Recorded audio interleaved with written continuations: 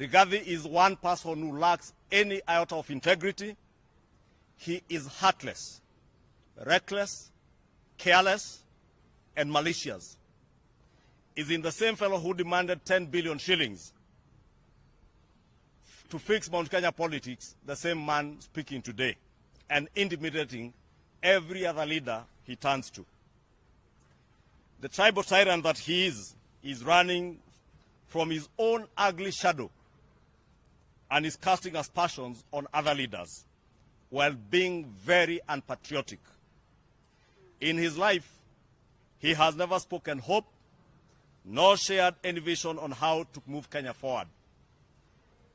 In his narrow world, he does not see the cancer patient getting treatment from SHA, including those right from his village in Madera constituency.